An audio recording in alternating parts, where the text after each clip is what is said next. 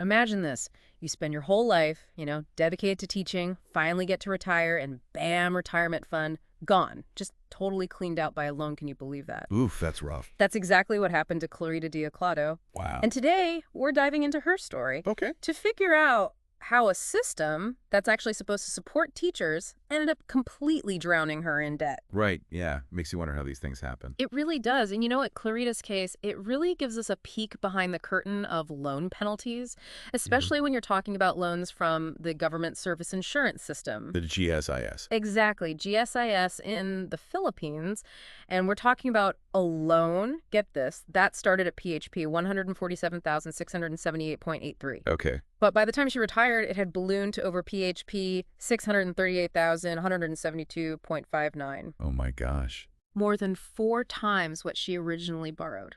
That's wild. It's insane. So before we, put on our boxing gloves and jump into this legal ring, let's get some context. Yeah, good idea. What exactly is GSIS, and why are teachers, people like Clarita, why are they even taking out loans from them? Right, so the GSIS, think of it like a safety net for Filipino government employees, and that includes teachers.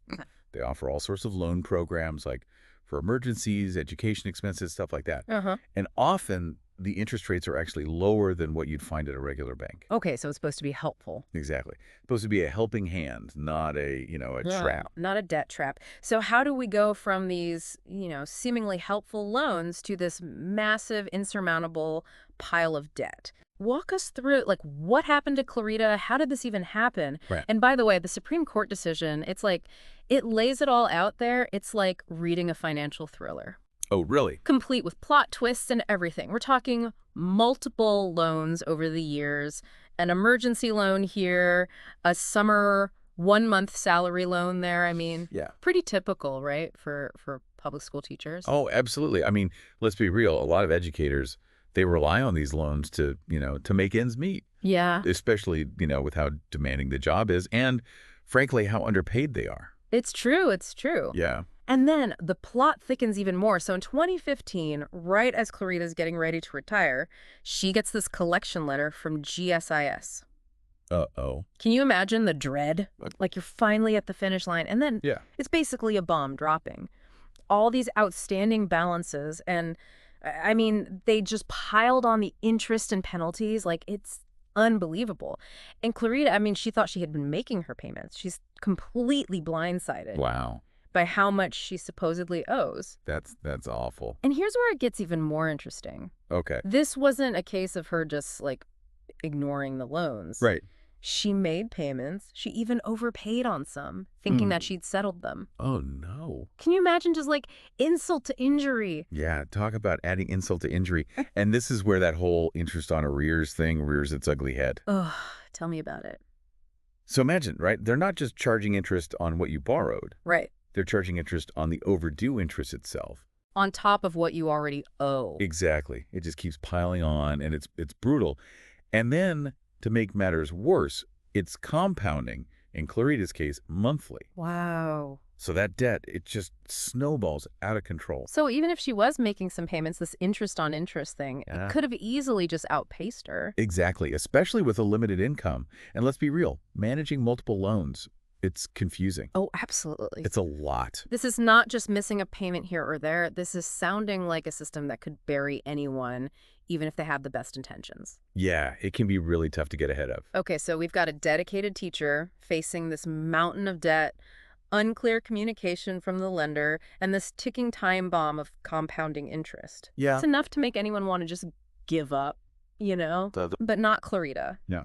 She decides to fight back. And that's how this whole thing ends up at the highest court in the Philippines. At the Supreme Court. The Supreme Court. Wow. This is serious stuff. So now we're moving beyond just the details of her situation, right? Right. We're talking about a legal battleground. We're dissecting contracts, debating fairness, the whole what is justice? High stakes. High stakes. Paint the scene for me. What are the main arguments here? It sounds like David versus Goliath. It totally is. You've got GSIS, this massive institution, and they're basically standing their ground, saying, look, she knew the terms, she signed the contract, those penalties, yeah, they're hefty, but they were right there in black and white. a deal's a deal. Okay, so classic read the fine print defense. But Clarita's lawyers, I have a feeling they weren't just going to sit there and take it. Oh, no. They came prepared. What were their counter-arguments? They basically argued that those penalties, yeah, they were technically in the contract, but they were so over the top, they were unreasonable, unconscionable. Unconscionable, wow. Like imagine you miss one payment and suddenly you owe 10 times the original amount. Mm-hmm. That's the kind of thing that would shock the conscience. Yeah. Right? That's unconscionable. So they're saying that GSIS was being predatory, basically using these like confusing terms, lack of communication, to trap borrowers like Clarita. Exactly. That was their argument. But how do you even fight that? I mean, a contract's a contract, right? Well, here's where it gets interesting, because Philippine law actually has something to say about this. Articles 1229 and 2227 of the Civil Code. They give the court the power to step in and say, hold on. These penalties, they're way too much. We're going to reduce them. So it's like a legal safety net. Exactly. Yeah. It's there to prevent lenders from taking advantage. I love it. Okay, so it's not just about what's written. It's about the context, the whole situation.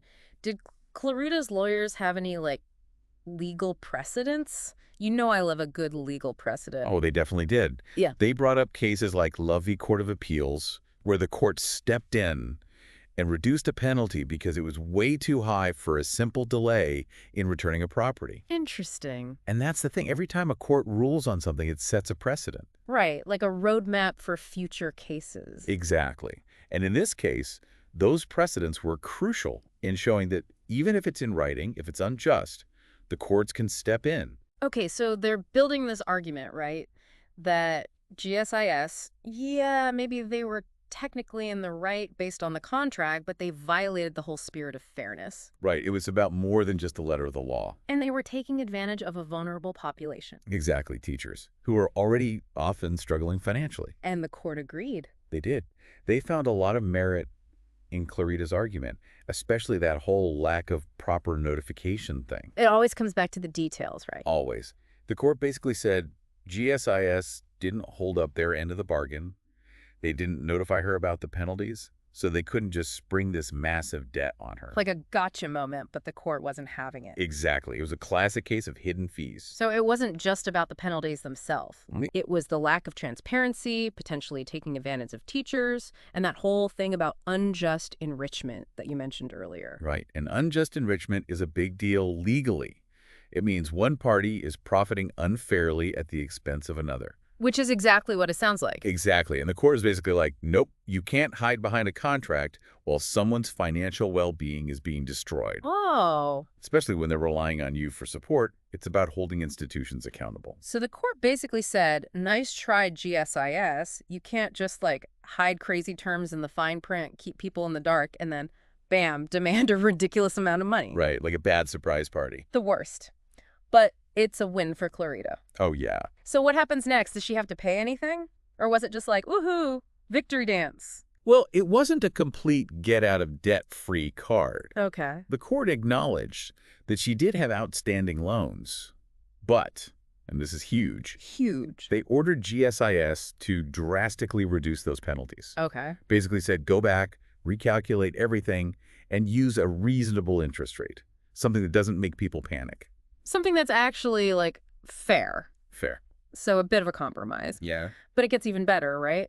Didn't they make GSIS give back some money, too? Oh, absolutely. Mm. They said give back every single peso that you took out of her retirement. Wow. Imagine that relief. Oh, I bet. After all those years of teaching. Right. To have that weight off her shoulders, talk about a well-deserved win. It's like the legal system actually worked for once. Sometimes it does. Yeah. But this wasn't just about, you know, one teacher, one loan. This feels bigger, like it could have ripple effects. Oh, for sure. This case was huge. Right. It sent shockwaves, especially for places like GSIS. It forced them to take a long, hard look at what they were doing. Suddenly, those contracts, those sneaky terms, they didn't seem so powerful anymore. So it's a reminder that even in the legal world, fairness still matters. Absolutely. That's a powerful message, and not just for institutions, but for all of us. Right, for everyone. I mean, knowledge is power. This case really shows us how important it is to understand what you're signing, ask questions, and if something feels off, challenge it. Challenge it. Don't be afraid. Exactly.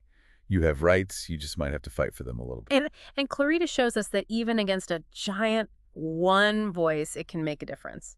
One voice can spark a whole movement.